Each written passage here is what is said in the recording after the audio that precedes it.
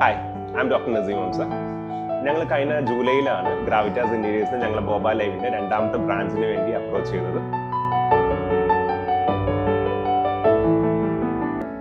Within a span of 2 days, they given us a 3D demo and it was incredible.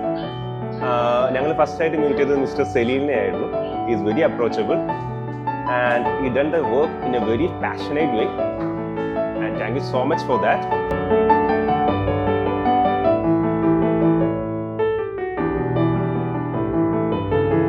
പിന്നെ ഞങ്ങൾ work എടുത്തു പറയേണ്ടത് mister Niyas and അനസിനെ പറ്റിയാണ്.